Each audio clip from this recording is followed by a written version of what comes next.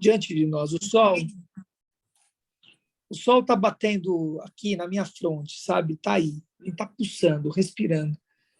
E olhar e falar, peraí, eu estou inteiro nesse lugar? Estou escutando e estou introjetando isso em mim? Eu estou fazendo as coisas absolutamente por fazer, por executar as coisas, por aprovação da humanidade, por carências da minha infância, por distorções dos meus pensamentos. Precisa parar um momento, sabe? E olhar para esse lugar, falar, calma, para. Fazer com qualidade o que precisa ser feito com qualidade. Senão, não faz sentido. Isso é você comer e se alimentar simplesmente porque você está jogando comida na boca. Você fazer amor com uma pessoa porque você está fazendo amor, entende? Você precisa gozar. Não faz absoluto nenhum sentido, entende? Estou trabalhando porque eu estou trabalhando. Estou aqui produzindo porque eu quero ajudar a humanidade, então tá bom, vou fazendo. Estou lendo livro porque eu estou lendo livro. Parar, desfrutar do processo, olhar para o processo, desfrutar do processo, não se violentar de forma alguma. Estamos lendo esse livro que fala sobre isso, de não se violentar de forma alguma.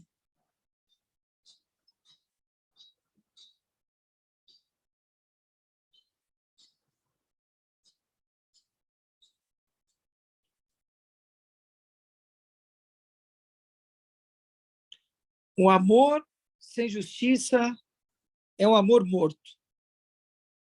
Uma justiça sem amor é uma justiça morta. Simples assim. Se você não for justo com você, é uma falácia a justiça que você faz com o outro. É bobagem. Não funciona. Se você pratica a justiça com o outro sem praticar a justiça com você, você está alimentando sua carência, está alimentando uma imagem, está fazendo algo que não é justiça.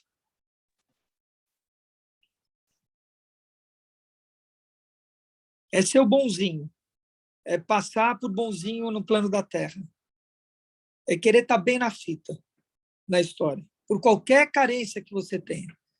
Aí. É praticar um amor sem justiça. Esse é um amor sedutor, persuasivo, não funciona.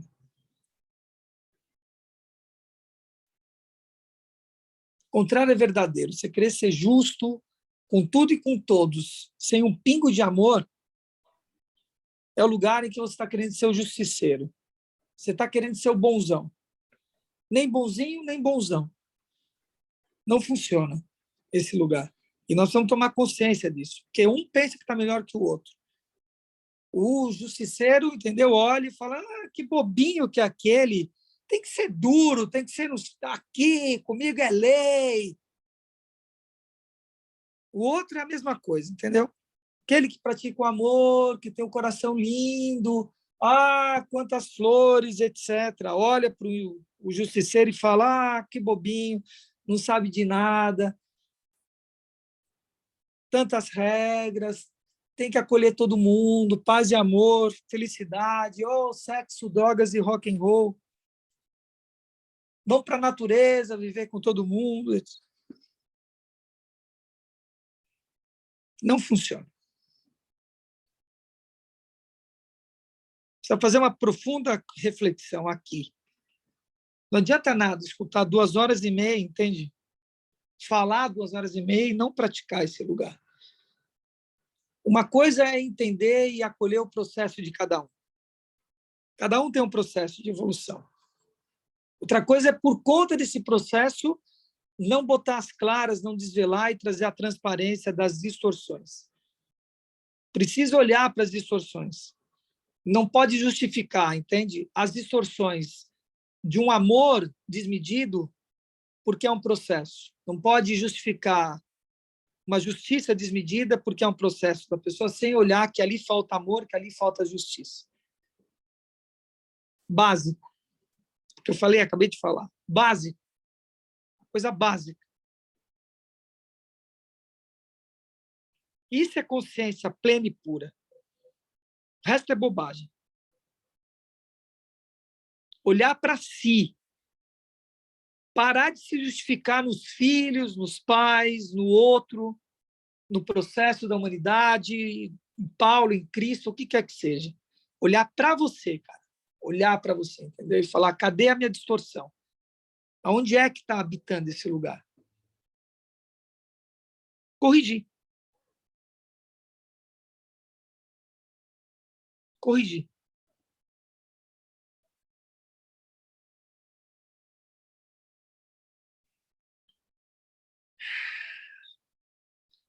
Vamos escutar as últimas 30 páginas só, por favor.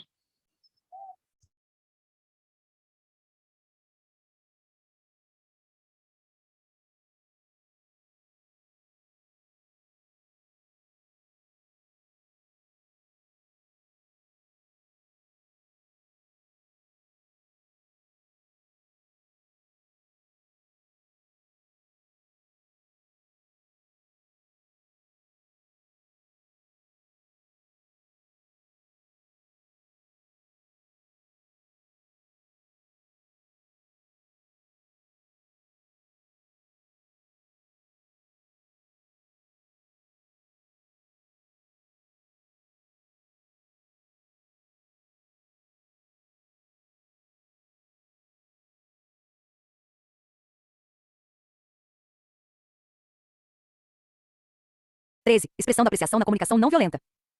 A intenção por trás da apreciação. Você fez um trabalho muito bom nesse relatório. Você é uma pessoa muito sensível. Foi muito gentil de sua parte me oferecer carona para casa na noite passada. Cumprimentos são muitas vezes julgamentos dos outros, ainda que positivos. Frases como essa são tipicamente pronunciadas como expressões de apreciação na comunicação alienante da vida. Talvez você esteja surpreso que eu considere elogios e cumprimentos como alienantes da vida. Observe, porém, que a apreciação expressada dessa forma revela pouco do que está acontecendo dentro de quem fala e estabelece que quem fala está em posição de julgar. Defino julgamentos, tanto positivos quanto negativos, como comunicação alienante da vida. Nos treinamentos que oferecemos em empresas, é comum eu encontrar gerentes que defendem a prática do elogio e das congratulações, alegando que funciona. As pesquisas mostram, eles afirmam, que se um gerente congratula os subordinados, estes trabalham mais. E o mesmo acontece nas escolas. Se os professores elogiam os alunos, estes estudam mais. Tendo revisado essas pesquisas, acredito que quem recebe esse tipo de elogio de fato trabalha mais, mas só inicialmente. Uma vez que eles percebam a manipulação por trás da apreciação, sua produtividade cairá. No entanto, o que mais me perturba é que a beleza da apreciação é estragada quando as pessoas começam a perceber a intenção oculta de conseguir algo delas. Além disso, quando usamos o reforço positivo como meio de influenciar os outros, pode não ficar claro como eles estão recebendo a mensagem. Há um cartoon em que um índio norte-americano diz ao outro: veja como uso a psicologia moderna com esse cavalo. Ele então leva o seu amigo para um lugar de onde o cavalo pode escutar sua conversa e exclama: tem o cavalo mais rápido e mais corajoso de todo o oeste. O cavalo parece triste e diz para si mesmo: e agora? Ele deve ter saído e comprado outro cavalo. Expressa apreciação como forma de celebrar, e não de manipular. Quando usamos a CNV para expressar apreciação, é puramente para celebrar, não para obter algo em troca. Nossa única intenção é celebrar como nossa vida foi enriquecida pelos outros. Os 3 componentes da apreciação. A CNV distingue claramente 3 componentes ao expressarmos apreciação. 1. As ações que contribuíram para nosso bem-estar. 2. As necessidades específicas que foram atendidas. 3. Os sentimentos agradáveis gerados pelo atendimento dessas necessidades. Agradecer na CNV. Isso é o que você fez. Isso é o que sinto. Essa é a minha necessidade que foi atendida. A sequência desses ingredientes pode variar. Às vezes, todos os 3 podem ser expressos por um sorriso ou por um simples obrigado. Entretanto, se queremos garantir que nossa apreciação seja plenamente recebida, vale a pena desenvolver a eloquência para expressar verbalmente todos os 3 componentes. O diálogo a seguir ilustra como elogios podem ser transformados em apreciação que abrange todos os 3 componentes. Participante. Abordando. E ao final de um seminário. Marshall, você é brilhante. Não estou. Eu desfrutando da sua apreciação tanto quanto gostaria. Participante, por quê? O que você quer dizer? Eu, ao longo de minha vida, já fui chamado de uma infinidade de nomes. No entanto, não me lembro de ter aprendido nada quando dizem o que sou. Gostaria de aprender com sua apreciação e desfrutá-la, mas para isso, eu precisaria de mais informações. Participante, como o quê? Eu, em primeiro lugar, gostaria de saber o que eu disse ou fiz que tornou sua vida mais maravilhosa. Participante, bem, você é tão inteligente. Eu creio que você tem acabado de me dar outro julgamento, que ainda me deixa sem saber o que fiz para tornar sua vida mais maravilhosa. A participante pensa um pouco, e então mostra as notas que tomou durante o seminário. Veja nesses 2 exemplos. Foram essas 2 coisas que você disse. Eu. Ah, então foram essas 2 coisas que falei que você apreciou. Participante, sim. Eu. Agora, gostaria de saber como você se sente em relação a eu ter falado essas 2 coisas. Participante esperançosa e aliviada. Agora eu gostaria de saber quais. Eu necessidades suas foram atendidas quando falei essas 2 coisas. Participante. Tenho um filho de 18 anos e não tenho conseguido me comunicar com ele. Tenho procurado desesperadamente alguma orientação que possa ajudar a me relacionar com ele de forma mais amorosa, e essas 2 coisas que você falou me deram a orientação que eu estava procurando. Tendo ouvido as 3 informações, o que fiz, como ela se sentiu e quais de suas necessidades foram atendidas, pude então celebrar a apreciação juntamente com ela. Se ela tivesse inicialmente expressado sua apreciação na CNV, poderia ter soado assim: Marshall, quando você disse essas 2 coisas, mostrando-me suas anotações, senti muita esperança e alívio, porque tenho procurado uma maneira de estabelecer uma conexão com meu filho, e isso me deu a orientação que estava procurando. Recebendo apreciação. Muitos de nós não recebemos elogios de boa vontade. Tortura-nos pensar se os merecemos. Preocupamos-nos com o que se espera de nós, especialmente se temos professores ou gerentes que usam o elogio como instrumento para incrementar a produtividade. Ou ficamos nervosos por termos de corresponder à apreciação. Acostumados a uma cultura em que comprar, trabalhar para ganhar e merecer são os modos padrão de intercâmbio. Muitas vezes nos sentimos desconfortáveis com o simples ato de dar e receber. A CNV nos encoraja a receber apreciação com a mesma qualidade empática que expressamos ao escutar outras mensagens. Ouvimos o que fizemos que contribuiu para o bem-estar dos outros. Escutamos seus sentimentos e as necessidades que foram atendidas. Aceitamos em nosso coração a alegre realidade de que cada um de nós pode melhorar a qualidade de vida dos outros. Receba apreciação sem se sentir superior e sem falsa modéstia. Aprendi a receber elogios de boa vontade com meu amigo Nafez Assaili. Ele era membro de um grupo de palestinos que eu convidará a ir à Suíça para um treinamento em CNV, numa época em que as precauções de segurança haviam tornado impossível treinar grupos mistos de palestinos e israelenses em qualquer de seus respectivos territórios. Ao final do seminário, Nafez veio falar comigo. Esse treinamento será muito valioso para trabalharmos pela paz em nossa terra, reconheceu. Gostaria de agradecer a você da maneira que nós, muçulmanos sufis, fazemos quando desejamos expressar uma especial apreciação de alguma coisa. Prendendo o polegar no meu, ele me olhou nos olhos e disse: Beijo Deus em você que permite que você nos dê o que deu. Aí beijou minha mão. A expressão de agradecimento de Nafez me ensinou uma maneira diferente de receber apreciação. Geralmente, ela é recebida de uma entre 2 posições opostas. Em um extremo está o egocentrismo, acreditar que somos superiores porque fomos apreciados. Em outro extremo está a falsa humildade, negando a importância da apreciação com desmerecimento. Ah, não foi nada. Nafez me mostrou que eu poderia receber apreciação com alegria, consciente de que Deus deu a todos o poder de enriquecer a vida dos outros. Se tenho consciência de que é esse poder de Deus operando através de mim que me dá o poder de enriquecer a vida dos outros, então posso evitar tanto a armadilha do ego quanto a falsa humildade. Uma vez, Golda Meir, quando primeiro-ministra de Israel, repreendeu um de seus ministros: Não seja tão humilde, você não é tão grande. As linhas a seguir, atribuídas à escritora contemporânea Marianne Williamson, servem como outro lembrete para que eu evite a armadilha da falsa humildade. Nosso maior medo não é o de sermos inadequados. Nosso maior medo é o de sermos poderosos além da conta. É nossa luz e não nossas trevas que nos amedronta. Você é um filho de Deus. Sua pretensa humildade não contribuirá para o mundo. Não há nada de iluminado em se encolher para que as outras pessoas não se sintam inseguras perto de você. Nascemos para manifestar a glória de Deus que está dentro de nós. Não apenas em alguns de nós, mas em todas as pessoas. E ao deixarmos nossa própria luz brilhar, inconscientemente damos aos outros a mesma permissão. Quando nos libertamos de nosso medo, nossa presença automaticamente liberta os outros. A ânsia por apreciação. Paradoxalmente, apesar de nosso desconforto em receber elogios, a maioria de nós anseia por ser genuinamente reconhecido e apreciado. Durante uma festa surpresa realizada para mim, um amigo de 12 anos de idade sugeriu um joguinho para ajudar a apresentar os convidados uns aos outros. Deveríamos escrever uma pergunta e colocá-la numa caixa. Depois as pessoas, uma a uma, deveriam sortear uma pergunta e respondê-la em voz alta. Tendo recentemente trabalhado como consultor para vários departamentos assistenciais de organizações industriais, fiquei impressionado com a frequência com que as pessoas expressavam a falta de apreciação no trabalho. Não importa quanto trabalho duro, suspiravam, você nunca ouve uma palavra agradável de ninguém. Mas cometa um único erro e sempre haverá alguém caindo em cima. Então, para aquele jogo, escrevi a pergunta: que tipo de elogio alguém poderia expressar para fazê-lo pular de alegria? Uma mulher tirou essa pergunta de dentro da caixa, leu-a e começou a chorar. Como diretora de um abrigo para mulheres vítimas de violência doméstica, ela devotava uma considerável energia todos os meses para criar uma programação que agradasse o maior número possível de pessoas. No entanto, todas as vezes que a programação era apresentada, alguém sempre reclamava. Ela não conseguia se lembrar de jamais ter recebido apreciação por seus esforços para elaborar uma programação adequada. Tudo isso passará por sua mente enquanto ela lia minha pergunta, e a ânsia por apreciação a levou às lágrimas. Ao ouvir a história daquela mulher, outro amigo meu disse que ele também gostaria de responder a pergunta. Todos os demais então pediram sua vez. Várias pessoas choraram ao responder. Tendemos a registrar o que está dando errado, não o que está dando certo. Embora a ânsia por apreciação, em contraponto a ataques manipulativos, seja particularmente evidente no trabalho, ela também afeta a vida familiar. Certa noite, quando apontei que ele deixará de executar uma tarefa doméstica, meu filho Brett respondeu: Papai, você tem consciência de quantas vezes você diz o que está errado, mas quase nunca diz o que está certo. Sua observação calou fundo em mim. Percebi como estava o tempo todo procurando melhorias, mas mal parava para celebrar as coisas que estavam indo bem. Eu tinha acabado de terminar um seminário com mais de 100 participantes, todos os quais tinham feito uma avaliação muito boa do seminário, com exceção de uma pessoa. Entretanto, o que ficará em minha mente fora a insatisfação daquela única pessoa. Naquela noite, escrevi uma canção que começava assim: Se eu for 98% perfeito em qualquer coisa que faça, era dos 2% que estraguei que me lembrarei no final. Ocorreu-me que eu tinha uma chance de adotar a perspectiva de uma professora que conheci. Um de seus alunos, não tendo estudado para a prova, resignou-se a entregar um pedaço de papel em branco com seu nome no alto. Mais tarde, ele ficou surpreso quando a professora lhe devolveu a prova com uma nota de 14%. Por que eu tive 14%? Ele perguntou incrédulo. Pelo capricho, ela respondeu: Desde o toque de despertar de meu filho Brett, venho tentando ter mais consciência do que os outros à minha volta fazem que enriquece minha vida, e tento afiar minhas habilidades de expressar essa apreciação. Superando a relutância em expressar apreciação. Fiquei profundamente comovido por um trecho do livro de John Powell, The Secret of Staying in Love, O Segredo do Amor Eterno, no qual ele descreve a tristeza por não ter conseguido durante o tempo de vida do pai expressar quanto o apreciava. Como me parece doloroso perder a chance de apreciar as pessoas que foram as maiores influências positivas em nossa vida. Imediatamente veio-me à mente meu tio Julius Fox. Quando eu era menino, ele vinha todos os dias oferecer cuidados de enfermagem à minha avó, que estava totalmente paralisada. Enquanto cuidava dela, ele sempre tinha um sorriso caloroso e amoroso em seu rosto. Não importava quanto a tarefa parecesse desagradável a meus olhos de menino. Meu tio a tratava como se minha avó estivesse lhe fazendo o maior favor do mundo ao permitir que ele cuidasse dela. Isso me deu um maravilhoso modelo de força masculina, ao qual recorri muitas vezes desde então. Eu me dei conta de que nunca havia expressado apreciação por meu tio que agora estava doente e prestes a morrer. Pensei em fazer isso, mas pude sentir minha própria resistência. Tenho certeza de que ele já sabe quanto significa para mim. Não preciso dizer isso em voz alta. Além do mais, ele pode ficar constrangido se eu puser isso em palavras. Assim que esses pensamentos entraram em minha cabeça, eu soube que eles não eram verdadeiros. Eu havia presumido inúmeras vezes que os outros sabiam da intensidade de minha apreciação por eles, para mais tarde descobrir que não sabiam. E, mesmo quando as pessoas ficavam constrangidas, elas ainda assim queriam ouvir um elogio verbalizado. Ainda hesitante, disse a mim mesmo que palavras não poderiam fazer justiça à profundidade do que eu desejava comunicar. No entanto, rapidamente descartei esse pensamento. Sim, as palavras podem ser veículos muito limitados para transmitir as realidades que sentimos em nosso coração. Mas, como aprendi, tudo que vale a pena fazer também vale a pena ser feito de forma limitada. No fim das contas, logo me vi sentado junto ao tio Júlio numa reunião de família, e as palavras simplesmente fluíram de dentro de mim. Ele as aceitou com alegria e sem constrangimento. Transbordando com os sentimentos daquela noite, voltei para casa, escrevi um poema e o mandei para ele. Mais tarde me disseram que todos os dias até morrer, 3 semanas depois, meu tio pedia que lessem o poema para ele. Resumo. Cumprimentos convencionais frequentemente tomam a forma de julgamentos, ainda que positivos, e às vezes são feitos com a intenção de manipular o comportamento dos outros. A CNV nos encoraja a expressar apreciação somente para celebrar. Colocamos 1. A ação que contribuiu para nosso bem-estar. 2. A necessidade específica que foi atendida. E 3. O sentimento de prazer que foi gerado em consequência disso. Quando recebemos elogios expressos dessa maneira, podemos aceitá-los sem nenhum sentimento de superioridade ou de falsa humildade, celebrando juntamente com a pessoa que nos oferece sua apreciação. Epílogo. Uma vez perguntei a meu tio Júlio como ele desenvolvera uma capacidade tão notável de doar com compaixão. Ele pareceu sentir-se honrado com minha pergunta, sobre a qual refletiu antes de responder isto. Tive a sorte de ter bons professores. Quando perguntei quem tinham sido eles, ele lembrou. Sua avó foi a melhor professora que tive. Você viveu com ela quando ela já estava doente, de modo que não pôde saber como ela realmente era. Por exemplo, sua mãe já lhe contou sobre a ocasião, durante a depressão, em que ela levou um alfaiate, a esposa e 2 filhos deles para viverem com ela por 3 anos. Depois que o homem perdeu a casa e o negócio, eu me lembrava bem dessa história. Ela me deixará muito impressionado quando minha mãe a contou pela primeira vez, porque nunca consegui entender como minha avó havia encontrado espaço para a família do alfaiate quando ela já criava os 9 filhos numa casinha de tamanho modesto. Tio Júlio relembrou a compaixão de minha avó em algumas outras histórias que eu havia escutado quando criança. Então ele perguntou: com certeza sua mãe deve ter lhe contado sobre Jesus. Sobre quem? Jesus? Não, ela nunca me falou sobre Jesus. A história sobre Jesus foi o precioso presente final que recebi de meu tio antes dele morrer. É uma história verdadeira, de uma ocasião em que um homem bateu à porta dos fundos de minha avó pedindo um pouco de comida. Isso não era incomum. Embora minha avó fosse muito pobre, toda a vizinhança sabia que ela dava comida a qualquer um que aparecesse à sua porta. O homem tinha barba e cabelos pretos rebeldes e despenteados. Suas roupas estavam em farrapos e ele usava uma cruz pendurada no pescoço, feita de galhos amarrados com cordas. Minha avó o convidou a entrar em sua cozinha para comer algo, e enquanto ele comia, ela perguntou seu nome. Meu nome é Jesus, ele respondeu. E o senhor tem sobrenome? Ela perguntou. Eu sou Jesus, o Senhor. O inglês de minha avó não era muito bom.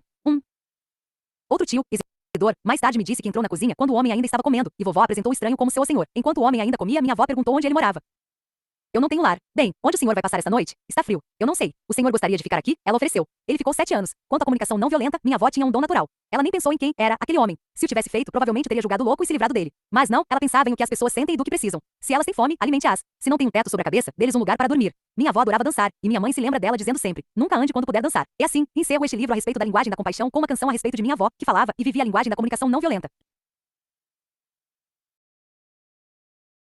Um dia, um homem chamado Jesus apareceu à porta de minha avó. Ele pediu um pouco de comida, mas ela não o deixou mais só. Ele disse que era Jesus, o Senhor. Ela não foi a Roma para confirmar. Ele ficou por vários anos, assim como muitos outros sem lar. Foi a maneira judaica que ela me ensinou o que Jesus tinha a dizer. Daquele modo precioso, ela me ensinou o que Jesus tinha a dizer. E era: alimente os famintos, cure os doentes, e então se dê um tempinho. Nunca ande quando puder dançar. Faça da sua casa um aconchegante ninho. Foi a sua maneira judaica que ela me ensinou o que Jesus tinha a dizer. Daquele modo precioso, ela me ensinou o que Jesus tinha a dizer. www.noviolemcomunication.com.br Por favor, visite o site acima em inglês para obter mais informações sobre a comunicação não violenta e sobre o autor, para conhecer links com sites regionais relacionados à CNV e para conseguir material de referência sobre aplicações específicas da comunicação não violenta a diferentes situações. Temos o compromisso de atualizar constantemente nosso site com mais material de referência. Assim, por favor, visite-nos com frequência e recomende nosso site a seus amigos e colegas, de modo que também eles possam aprender sobre a comunicação não violenta. Bibliografia.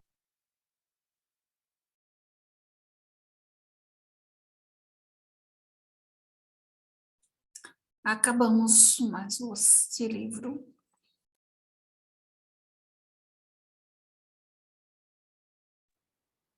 Nós não lemos 30 páginas, né? Bora lá, queridos. E aí, qual é o resumo da ópera? Conta aí para mim. Como é que vocês receberam esse livro? Finalzinho ele fala sobre consciência, né? Tem que ter consciência sobre isso. Não adianta saber todas essas ferramentas, mas não ter consciência para aplicá-lo.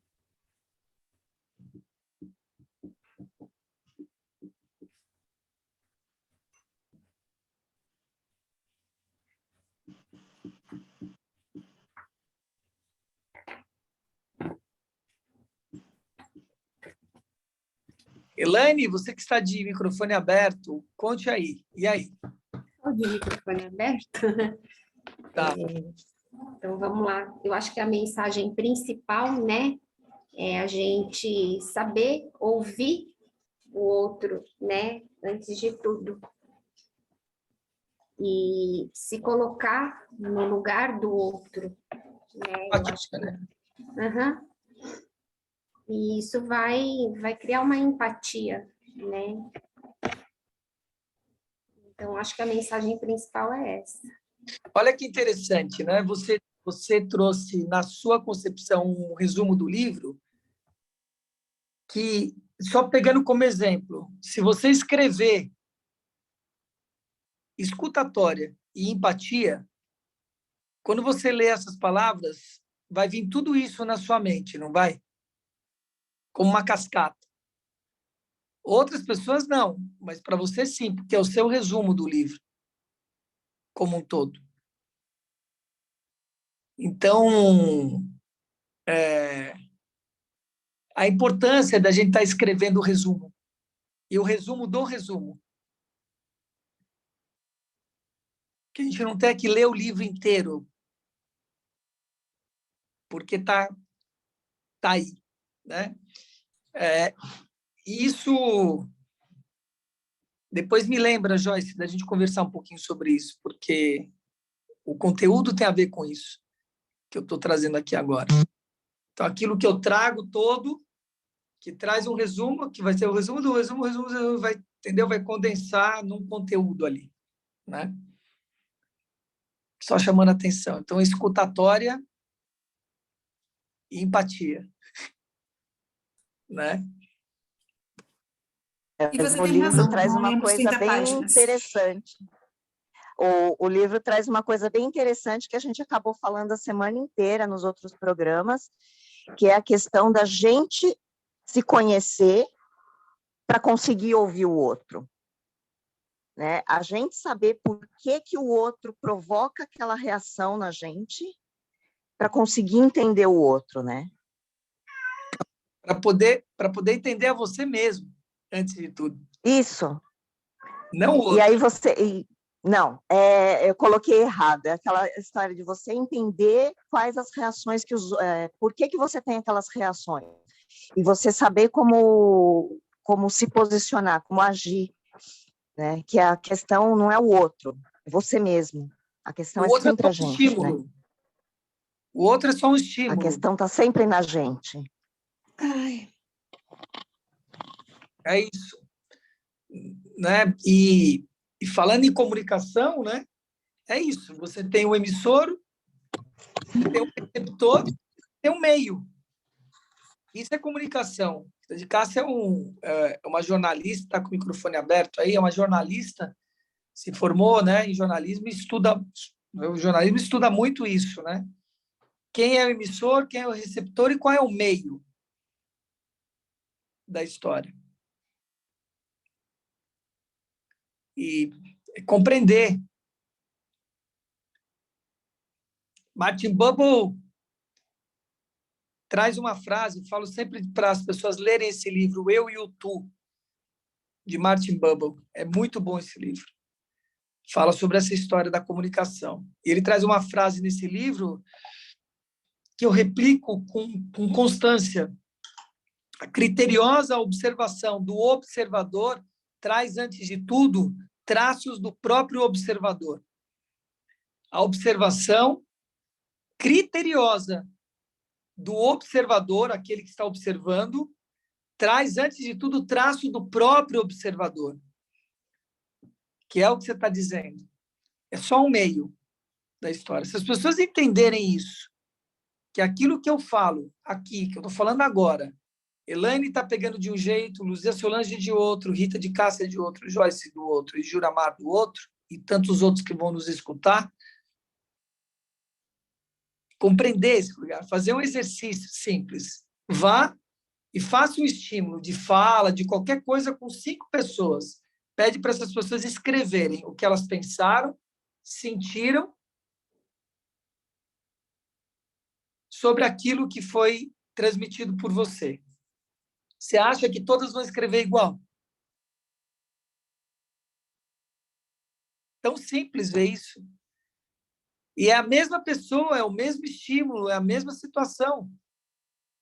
Mas o emissor recebe isso de uma outra forma. Com quem? Com as referências dele mesmo. Esse é o lugar que você destitui, que é o que a Joyce está trazendo. Você destitui esse lugar, fala, cara, espera aí. É o que Gil trouxe, entendeu? Em grão. Fique tranquila, porque os pecados são todos meus, os filhos estão todos sãos. Os pecados são todos meus. Não se aperreie com isso, entende? Porque eu sei o que é meu, as minhas transgressões são minhas, não são suas, não são deles. Eles estão sãos, eles estão com o que é deles. Não confunda as coisas, entende? Não confunda as coisas.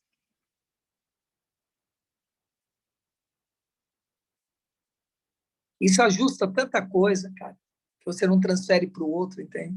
O que é seu.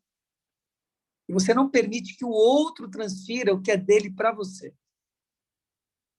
Isso é muito importante. Isso é algo que quem convive comigo tem muita dificuldade, porque eu não pego nada do que é meu, que não é meu. E eu não transfiro nada do que é meu para o outro. Eu deixo isso bem claro. Cada vez que fazem isso, fala assim, ô, para aí, deixa eu falar, isso é seu. Quem está sentindo? Não sou eu. Você está sentindo isso? É seu, filho. Pega que é seu e vê o que você vai fazer com isso. E quando eu falo, eu estou me sentindo com raiva, estou sentindo ódio dentro de mim, eu estou sentindo desprazer, eu falo, isso é meu, não é seu. Não fique incomodado, porque não tem nada a ver com você, é comigo, eu vou resolver isso comigo. Plena e pura consciência. Isso é dificílimo, cara, porque há uma confusão, entende? Nas relações. As pessoas não conseguem entender essa coisa simples. É simples isso. Isso ajusta muitas coisas. Agora, como é que você vai ajustar no mundo que está desajustado? Como é que você se ajusta no mundo que está desajustado? São poucos, cara. São poucos. Não tem jeito. Você quer multidão? Não tem jeito. Não é possível. Por isso que eu adoro ir lá na torcida do Corinthians, entendeu? E gritar, aqui tem um bando de louco! Ah! E olhar aquela loucura e falar assim, é verdade, cara, existe isso aqui mesmo. Você tomar consciência da coisa, cara. Ah! Não tem jeito, cara. Tem 35, 40 milhões, imagina. Não tem jeito, cara. Plena e pura consciência desse lugar. Luiz, mas assim você está fadado a talvez ficar sozinho. É, talvez sim. Esse é o lugar. Esses são os ônus e os bônus. Ou com a nata. Nata. E aí você se faz de bobo, de tolo, entende? Com um bando de louco. Hã? Hã? Hã? Tá tudo bem. Como se relacionar com o outro com os princípios desse livro? É disso que eu estou dizendo. Fala para mim. Que não leu esse livro, que não tem consciência disso. É possível? E como é que ficam as relações, então? Essa é a pergunta que eu faço para você.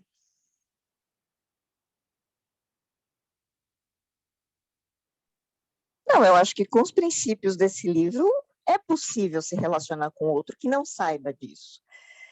Porque a partir do que você conhece, você consegue direcionar a comunicação para a comunicação não violenta.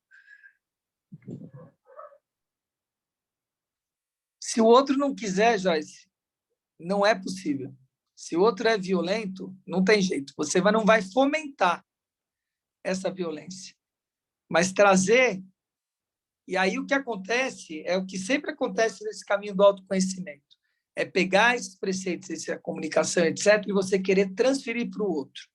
O que o outro não sabe não comeu a manga, entendeu? Você fica falando de uma manga que o outro não comeu. Você comeu, mas o outro não comeu. Então, obviamente que a sua conduta, você não ser violento com o outro, talvez desperte a não violência do outro, pelo exemplo. Mas eu digo de cadeira, de quem vive esse caminho há 17 anos, mais ou menos.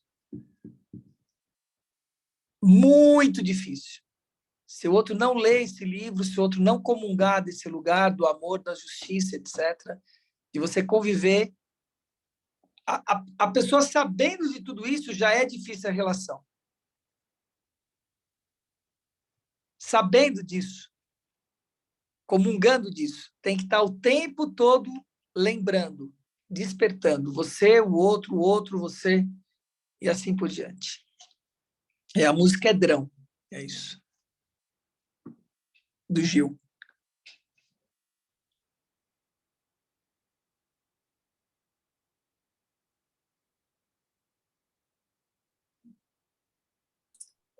Você tem razão, não lemos 30 páginas, não. Me errei aqui no cálculo. Começou a biografia, mas tem uma parte abaixo da biografia de sentimentos. Você acha interessante passar isso também? Não tem ideia. Sentimentos o quê? Aqui está escrito alguns sentimentos básicos que todos temos. É uma página pequenininha. Algumas necessidades. Não é aquele resumo todos dos temos. sentimentos que a gente podia classificar? Posta no grupo essa É. página. Ok.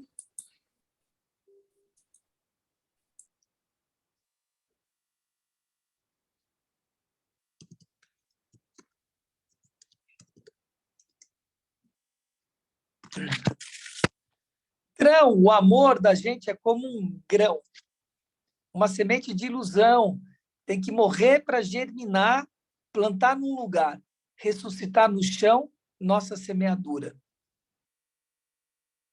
Quem poderá fazer aquele amor morrer? Nossa caminhadura, ou caminhadura.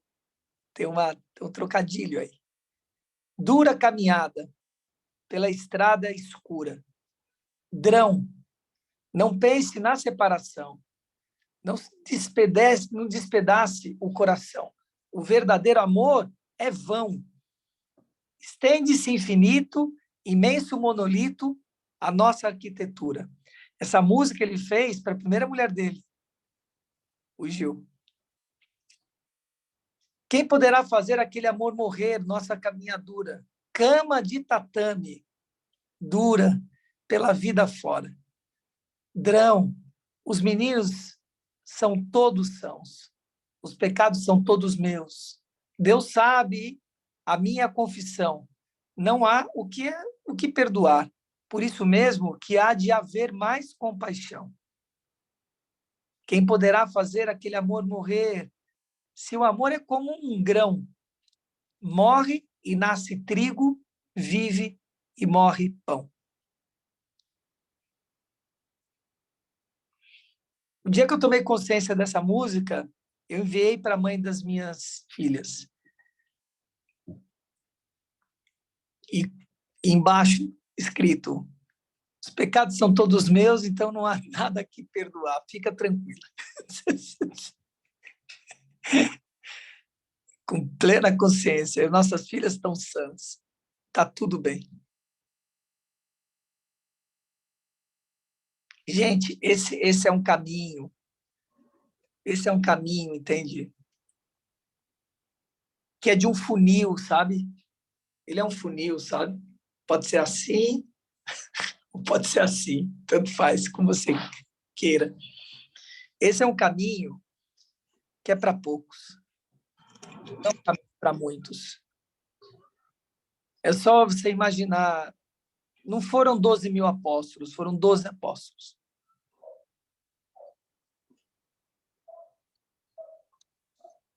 Ou 144. Em cada um tinha 12? Se você olhar, tem 144 mil mestres ascensionados em 8 bilhões de seres humanos. Então, é uma trilha, é uma subida, cara, é uma caminhada, entende? O que nós estamos trilhando aqui é para poucos. Isso aqui não é para muitos. Tem outras coisas que são para muitos. Os mitos da vida, assim, pulverizado, estou dizendo. Abrir um programa e falar, enfim, à noite que eu vou falar de poder e pertencimento. Que a pessoa vai lá e fala, os 7 passos vai me salvar no poder. Tá tudo bem, vai salvar você no poder. Fica tranquilo. A gente entrega. Eles são importantes, né? Mas nossa, uma pecinha tão pequena dentro de toda essa engrenagem. E a gente sabe disso. Tá tudo bem. Trabalho Fazendo a correlação, Luiz Marcelo, que você trouxe essa questão do grão, porque você estava pensando lá nessa música, né? A nossa comunicação, ela às vezes ela tem um corte, porque outros caminhos a gente tem que percorrer, né? Então, me lembrei uma coisa que eu acho que eu intuí isso, né? Quando tem uma quebra da luz, duas células se dividem.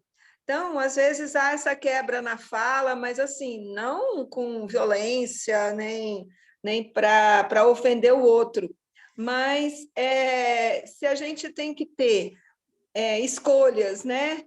E caminhos, e saber né? Que tem pessoas que vão acompanhar e outras não, então é só deixar fluir, né?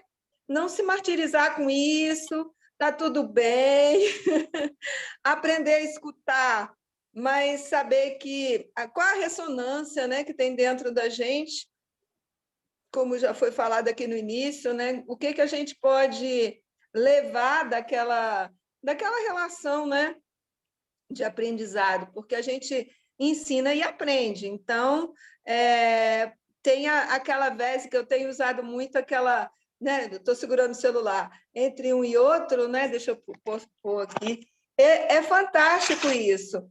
Nós conseguimos reunir pessoas num trabalho na semana passada que tem um aspecto bem diferente do nosso.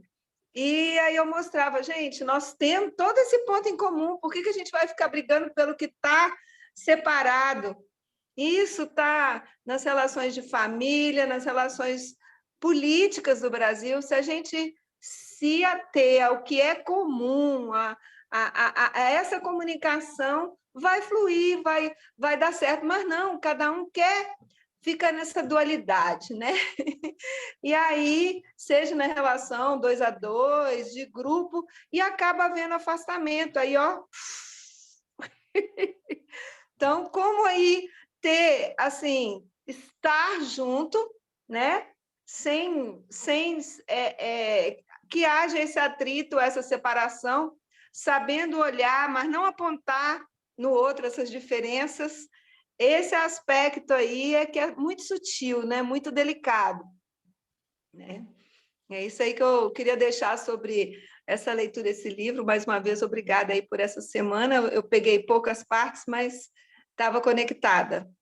Então, vou te passar uma chave aqui que acho que pode te ajudar nesse lugar que você está falando e pode trazer luz aqui para a gente numa direção e que tem muito a ver com a palestra que eu vou dar em Sorocaba sexta-feira. As pessoas, elas querem falar a respeito de como as coisas fazerem. Como fazer as coisas, não como as coisas fazerem, pareceu o índio agora. Como fazerem as coisas, porque eu fiz vocês acham que é doideira, mas eu fiz a construção em alemão na minha cabeça. Olha que doideira. Porque essa é construção gramática em alemão. É como se constrói, que é o verbo no final. Isso é muito doido. Mas como fazer as coisas? As pessoas olham o que está acontecendo. Para você olhar o que está acontecendo, você tem que julgar e analisar aquilo. Você tem que entrar no julgamento para saber o que é aquilo. Percebe que é fora. E aí elas automaticamente vão no como corrigir aquilo lá. Então, vamos pegar aqui. A pessoa está triste. O que ela tem? Tristeza. Ela olha, percebe? Ela tem tristeza. E aí, automaticamente, como ela sair da tristeza? Vai no como. E nunca ou raramente pergunta por quê. É esse lugar que eu vou tocar nas pessoas, direcionado num foco, né? Mas se a gente Se a gente se direcionar no porquê, que tem a ver com o pilar, com o primeiro pilar do 12 em 12, mas tem a ver com a vontade divina, tem a ver com o ser, não fazer, dos pilares de Lores. Ser. Se a gente direciona esse olhar para o ser, o lugar do porquê, você traz a empatia, que a Elaine acabou de falar, você traz a questão do pertencimento, você traz tudo isso que nós estamos falando. Você sai do mundo da alça e vem para dentro. E da identificação do propósito do ser. Esse é o lugar. Então, eu paro de olhar o que as crianças têm, como resolver o problema delas, entende? E o porquê. O porquê da Gabriela e da Maiara. Por quê? Percebe? A hora que eu olho o porquê, eu olho para mim. Não tem jeito de você olhar o porquê sem olhar para você, entende? Sem olhar para dentro, sem olhar para o ser. Esse é o lugar, entende? Que a gente precisa se recolher, olhar e falar por quê. Porque está tudo bem, entende? Porque estão todos sãos, os pecados são todos meus, cara, está tudo certo. Aí muda completamente, sabe?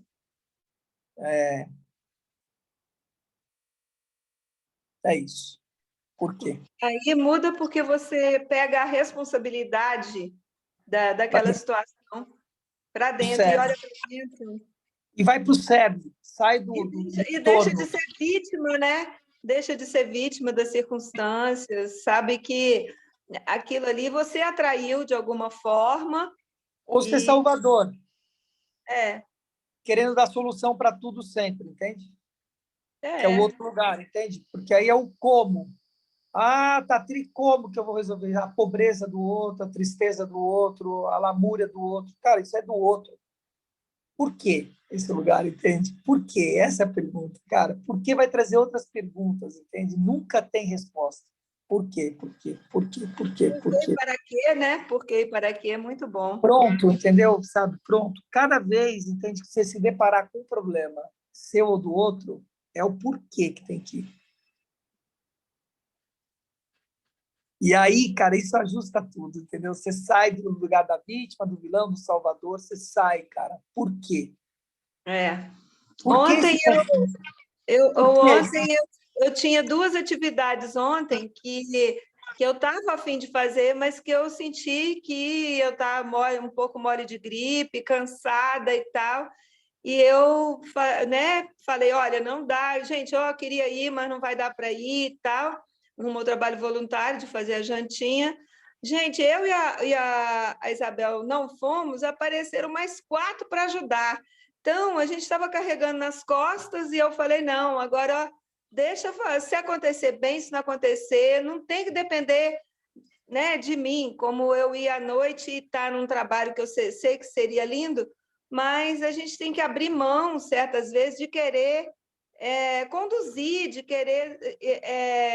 assim, a gente tem que deixar leve essa parte aí de não ser responsável, não estar o tempo todo ali presente. A gente, às vezes, porque o grupo também tem que se mobilizar e tem que ser importante. Você pode ficar só, como você está mentorando e tal, não deixar que você também pegue uma carga ou fique aflito daquelas pessoas ainda não terem entendido o processo, porque o processo é o mais bonito, não é a chegada, não é esse caminhar juntos, é esse acertar os ponteiros.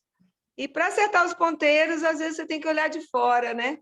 Tem que estar tranquilo, sereno e saber que a gente não é o centro do mundo, a gente é apenas um condutor ali. Vamos lá, vamos, gente. E motivar, eu sei que não é fácil, eu sei que mesmo que não esteja muitas pessoas prontas ainda para esse processo, ele está fluindo para o universo, né? Então, é isso. Gratidão, bom dia, tenho que ir. Beijão a todos. Vai bem. Beijo, gratidão pela contribuição. Alguém quer trazer algo mais nesse mini mastermind aqui que nós tivemos? Não? Silêncio é uma prece? É isso? Então, queridos, a gente se vê à noite, às 19h59. Tá bom? Eu vou ficar aqui com Elaine e Solange um pouquinho, tá bom, queridos? Aproveitar aqui que a sala está aberta